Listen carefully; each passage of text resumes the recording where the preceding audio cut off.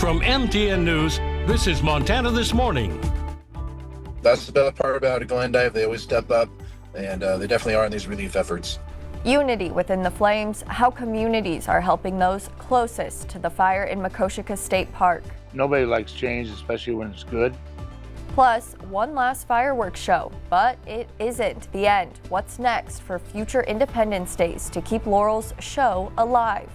It's actually a light in a seemingly dark situation. Inspiration through perseverance, how a high school senior is helping others through her own battle against a chronic illness.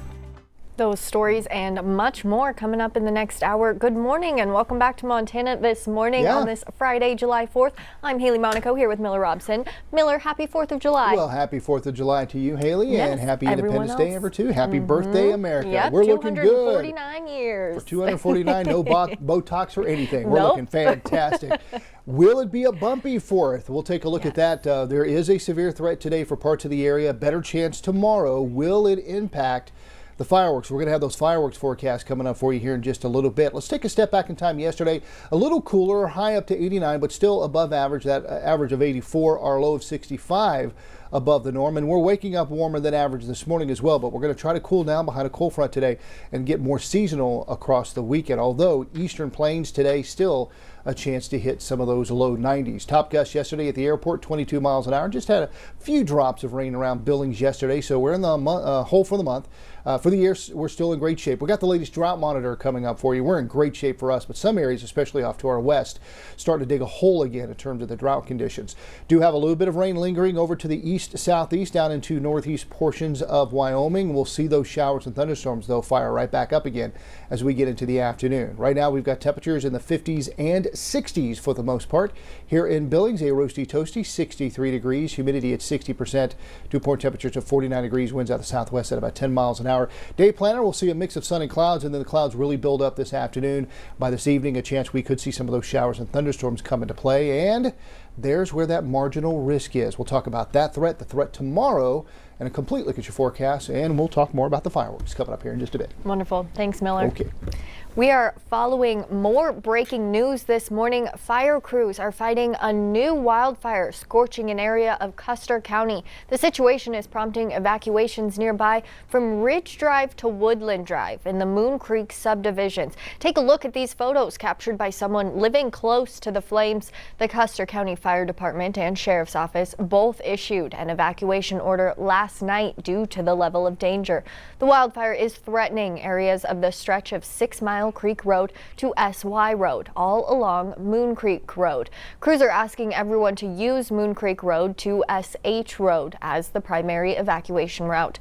There is no word on the specific size of this fire yet or how many are threatened, but crews are asking anyone who knows if they have elderly or disabled neighbors to ensure that they are aware of the evacuation and can get out if necessary. Now, fire crews say this fire is evolving and are making sure people living in the surrounding area are also ready in case it spreads. The Custer County Fire Warden says to stay prepared, stay informed through sources like KTVQ or the Custer County Firefighters Facebook page. Become familiar with the fire evacuation route, protect your property, clear all debris and brush from around your home, and make sure any outdoor equipment or fuel is stored safely and away from possible hazards. And prepare to evacuate your pets and livestock. If you need help, contact your local animal control services. Now, we will be monitoring the situation constantly and keep you updated both on air and online throughout the morning. Custer County firefighters were very busy overnight as that was just one of 7 fires that sparked in the Moon Creek area. The fire may have been started by lightning strikes in the area. Most fires are controlled, but there's still worry about lightning holdovers. Currently, there are 52 active fires in the state, with many of those sparked in the last 24 hours. Now, fire crews here in Billings fought a grass fire of their own, this one burning along the base of the rims. MTN's Isabel Sparts took this video around 2:30 this morning. Fire burned along the cliff just above 6th Avenue. Crews were able to stamp out most of the fire within an hour. The cause is unknown, and we'll keep tracking the scene throughout the morning. Firefighters are also getting control over a wildfire in Makoshika State Park near Glendive. It's fire that erupted Wednesday evening, quickly shutting down the vast majority of the massive park. According to Montana Fish, Wildlife and Parks, a yurt and at least one restroom were lost in the fire. The Montana fire map shows at least 169 acres have been burned, but rain last night did substantially reduce the flames, and crews have gained significant ground as of yesterday. Officials say the full extent of the damage of the Makoshika fire will not be known until after containment, but they do anticipate significant trail damage. Now, for the community members and visitors of the park, it's a devastating scene to watch, but they are proud of how everyone is rallying together to help out. Our Isabel Spartz has more on these relief efforts during an unpredictable natural disaster.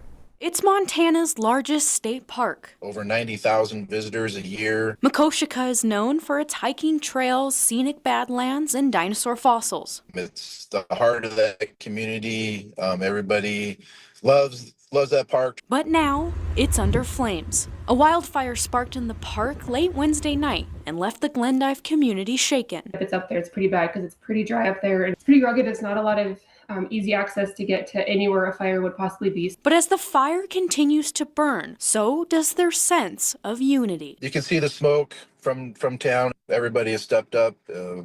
Fire departments, everybody putting out the fire. Community stepped up with water and food. So that's what Glendives is about. Chris Dantic used to manage the park and is now a member of Friends of Makoshika, a nonprofit that supported the park for more than 30 years. The organization has launched a fire recovery fundraiser to help rebuild. There's going to have to be some replacement of structures possibly, and some reseeding of areas where it's been burned and trees. But those who were evacuated from the park needed a place to go, and that's where Alexa and Blaine Rao come in. These people are coming from all over the country, and they have plans to stay somewhere, and then all of a sudden they're told they can't stay there. The couple owns Cap Rock RV Park, named after the rock formation seen in Makoshika, and often take those who want to visit. But after seeing the fire break out, they knew they needed to help. They put out a Facebook post offering anyone who needed a place to stay could at their park, all for free. Alexa and I, we thought, what can we do to, they're going to be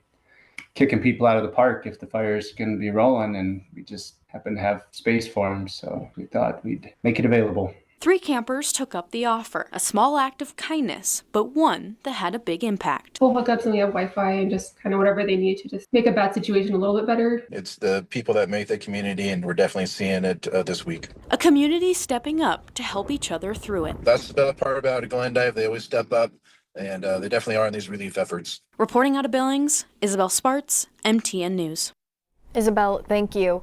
A 41-year-old man has been charged with deliberate homicide for the November 2024 death of an 80-year-old Huntley man. Dean Frost is accused of smothering to death his girlfriend's grandfather, Donald Finch, in his motorhome in the 1700 block of Robson Lane on November 10th of last year. Finch's body was discovered by a relative who then called police because he thought the death was suspicious. According to charging documents, relatives told detectives that Finch had recently moved to Huntley to live with his granddaughter, but wanted to return to his hometown of Boise because of the living conditions. He had also expressed concerns that she was stealing money from him and was attempting to have him declared mentally incompetent. An autopsy showed signs of strangulation, with his death ultimately ruled a homicide. In March, a detective interviewed a relative who said Frost told him he had killed Finch, and investigators also found messages from Frost where he admitted to the murder. Frost has not yet appeared in court. Now, after more than 6 months of debate and negotiations, the president's One Big Beautiful Bill Act is headed to his desk. Congress passing the measure yesterday after a day of tense negotiations with Republican leaders and President Trump himself working to wrangle support from holdouts. The legislation significantly boosts spending for border security, immigration enforcement, and defense. It also extends Trump's 2017 tax cuts, increases the child tax credit, and ends taxes on tips and overtime pay. Democrats voted against the bill unanimously, citing changes and steep cuts to safety net programs, including SNAP, the Food Assistance Program, and Medicaid. Montana's Eastern District Congressman Troy Downing calling it a historic victory, saying, quote, The One Big Beautiful Bill is a big win for Big Sky Country. I was proud to champion this historic legislation and look forward to watching these policies make America great again. For years, the 4th of July show in Laurel has been the main event, hosted by the volunteer fire department. The iconic display has become a treasured tradition. But with a new sports complex rising in its place, this year's show may be the last of its kind. Our Charlie Kleps takes us there as the community prepares to go out with a bang. There's nothing quite like an ice cream cone on a hot summer's day. 22 years this summer. We opened in 2004. And in Laurel, there's perhaps no better place to beat the heat than right here at Mo Cones. A fun place for people to go and just have fun and run into people they haven't seen in a while. Creating that fun environment was always the goal for Mo Hinman and his high school sweetheart Mary, two longtime Laurel residents who knew what the community needed. You don't have a lot of those places anymore anywhere. So this is a huge place, and it's done exactly what we wanted. But of course, ice cream isn't the only thing booming in this community.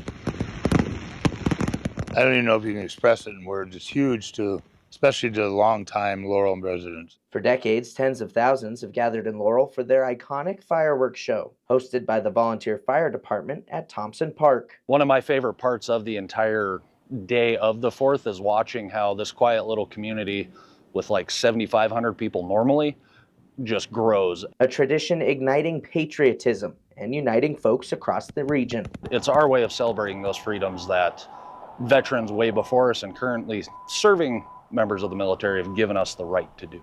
And as you can see behind me, the setup for this year's show is underway, although it comes with a bit of an eerie feeling as it will likely be the last show hosted here at Thompson Park, with AstroTurf Field soon being built here. It's not going to be the same. It's kind of heavy. Changes that are weighing heavy on both residents and the department. Pretty devastating, especially to the hometown folks. The possibility of having to move to a location where we can't let the public see us, it's kind of heartbreaking.